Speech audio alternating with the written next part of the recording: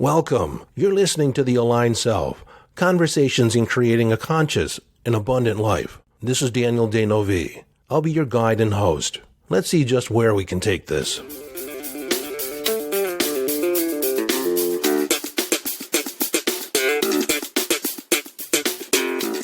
Hello, friend, and welcome back to the conversation. Today I'm going to talk about freedom, your ultimate freedom. Here in the United States, tomorrow, this is going to be released on July 3rd. Tomorrow, July 4th, is Independence Day, where a bunch of radicals, a group of terrorists, broke away from the governing body of England and declared their independence.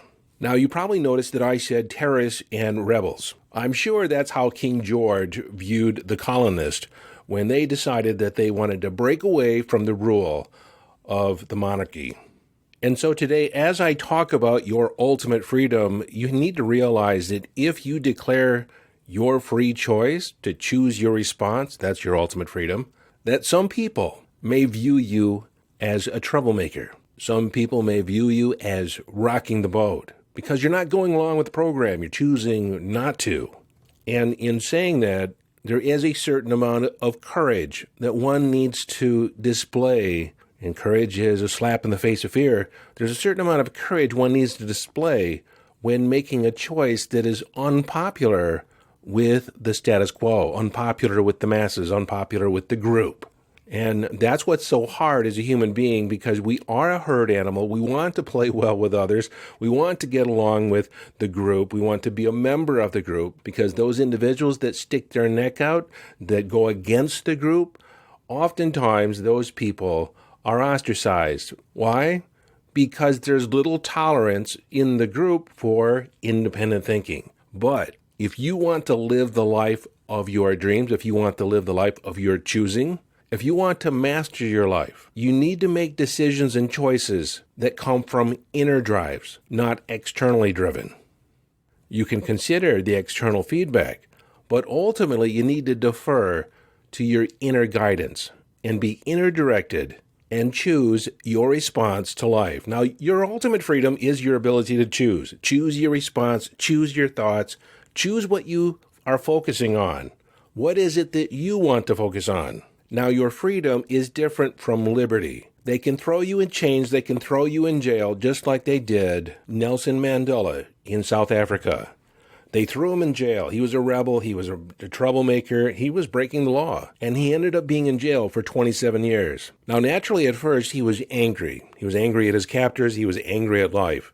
But then he realized that when he got out, he was going to be a leader. His people, his movement would be depending on him. And so he thought it would be unproductive for him to emerge from jail, continuing to be angry, the very thing that got him in jail in the first place. And so he chose to embrace love. He started forgiving his captors, forgiving all those that had rallied against him, rallied against his people. And through that choice, even though he was bound in chains, he chose his response, the frame of mind he was going forward with, the paradigm that he was living into.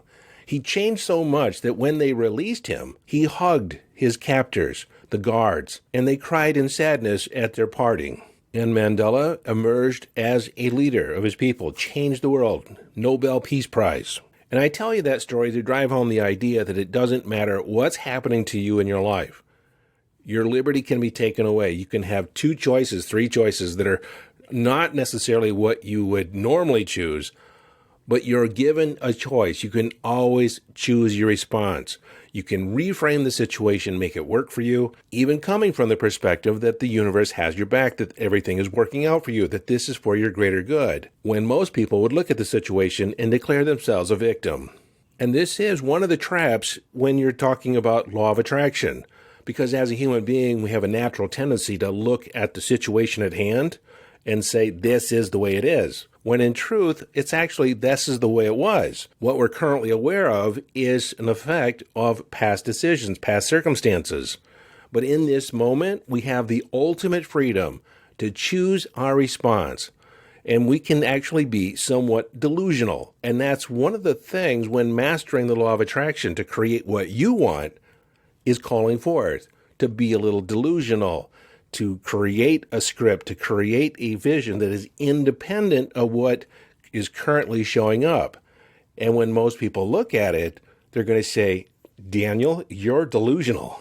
And people, I've had friends tell me that. I've even had my wife occasionally tell me that I'm being delusional because I continually to project out into the future how I want it to be, when the evidence at hand doesn't indicate that that is the direction that we're going. And I always respond, everything can change on a dime. We can change in an instant. We don't necessarily know what tomorrow is going to bring, so why not project what we want into the future? I take that position because one of my rules that I've adopted for myself is that I always want to expand possibility. When I talk to someone in Zoom or in person as a client, I don't limit possibility. A lot of people criticize and they talk about what's going wrong. That shrinks possibility. And so I choose to open up possibility to talk about the miracles that can come forth. What do we want to create?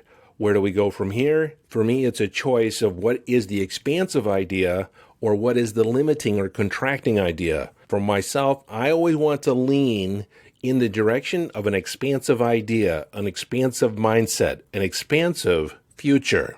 So far, I've kind of been talking about choosing your mindset, choosing the frame of reference by which you want to move forward with. But I also want to drive the point home that you choose your thoughts.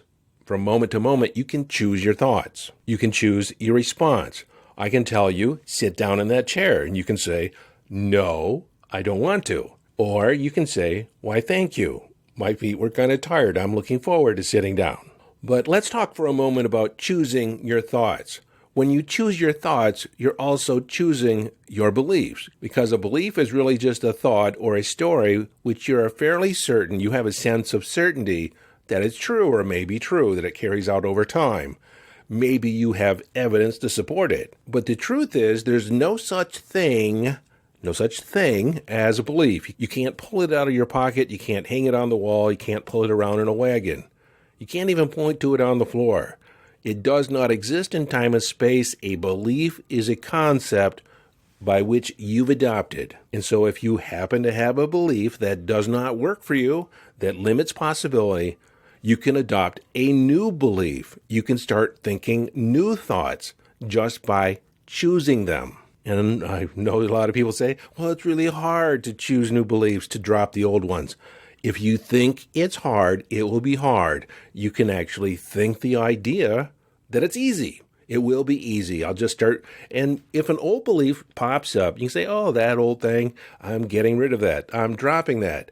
My new belief is, my new response in this situation is yada, yada, yada. Whatever you want to put in there or insert in the blank. And so if you can choose new thoughts, choose new beliefs, which lead to new actions, which will lead to different results, you can literally change your reality by choosing different thoughts. So no matter what's going on in your life, no matter how bad it seems, no matter how hopeless it appears, you can choose a different response. You can declare yourself unstoppable and say to yourself, no matter what's going on right now, I'm choosing a different path. I'm going to find a way out of this. And this is something that Daniel Boone once said, the American pioneer. I ain't never been lost, but I was once bewildered for about 3 days. I ain't never been lost, but I was once bewildered for about 3 days. What that suggests is that he was never going to declare himself lost, because once you do, you're lost.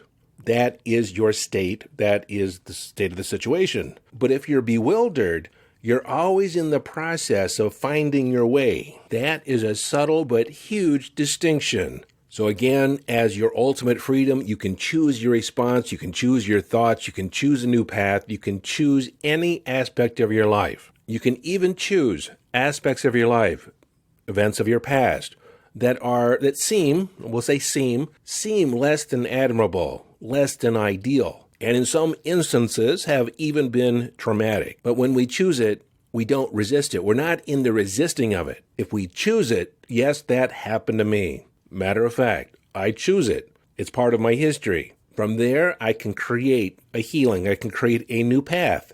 But if I deny it, if I try and push it down, if I try to ignore it, denying it, that which we resist persists. Because I have to push it down away. In the back of my mind, I always know it's there. But if I choose it as part of my past, if I choose it as part of my history, then I can go anywhere from here because it's no longer influencing me. I've acknowledged it, I've chosen it, and now I can drop it. And again, people have said, I can't drop it. I just can't seem to drop it. Well, the only way you can drop it is by dropping it. You just choose to let go. And you may have to choose again and again to let it go again and again. If at some point you find you picked it back up, a concept, an idea, a memory, you can exclaim to yourself, hey, I thought I dropped that a while ago, but here it is sitting in my hand. Well, I'm going to drop it again. There have been things that have come up that I've had to drop again and again. There are memories that were there, and they kept popping up in my consciousness. And so I created a little ceremony with myself of actually letting it go, declaring it was gone from my life. And then I started focusing on something new. Again, your mind experiences that which it focuses on. You create that which you focus on. Focus on something long enough, and its arrival, its attraction, is inevitable. Now, I'm going to make a more definitive statement. I've alluded to it, but I haven't actually come out and said it. You may have to choose something again and again. Each and every day, I recommit to my life, recommit to my relationship, because I choose that relationship. I choose to be committed. And you can start taking a look at your life. What are you committed to? Because what is continually showing up, or the actions you're not taking, well, that's an indication of where your commitment is. Some of us are committed to lying on the couch. Some of us are committed to being lazy. Some of us are committed to an old story that doesn't serve us. You can choose a new path, choose a new story, choose a new commitment. I'm going to leave you with one more powerful idea. When I first heard this, I thought to myself, this is so true. And it speaks to the depth and breadth of your commitment.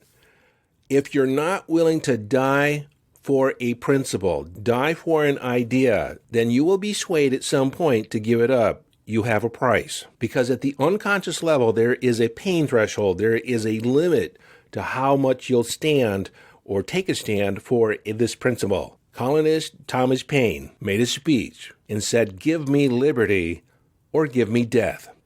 He and the other colonists had arrived at a point where they were no longer willing to subjugate their liberty, subjugate their sovereignty to the crown. In fact, that statement, "Give me liberty or give me death," became the rally cry of the revolution. And so give me liberty or give me death. Give me the ability to make the choices and decisions for my own life. I'd rather die if I can't have access to that. And it's not just you, but it's potentially your entire family. Because all they have to do is put a little pressure over here and you'll cave. And when the founding fathers of the United States signed the Declaration of Independence, declaring their independence from the crown, they were signing their death warrant. They had made a decision that they were willing to die for. And so here's a self-reflection point. How committed are you to your principles? How committed are you to your freedom, your liberty? How committed are you to your life? I asked one of my clients the other day, are you ready to commit to a new relationship with yourself? Because up until that moment, she was telling herself a disempowering story. She was pulling up or recalling disempowering memories from the past. And in that moment, she made a declaration that she was unwilling to give up her ability to choose. She was choosing a new relationship with herself, a new commitment to herself. So that's what I'm going to leave you with today. Until next time, this is your friend and host, Daniel Danovi, urging you to follow your bliss. Live your life from inner signals, be inner directed as you engage in the epic adventure.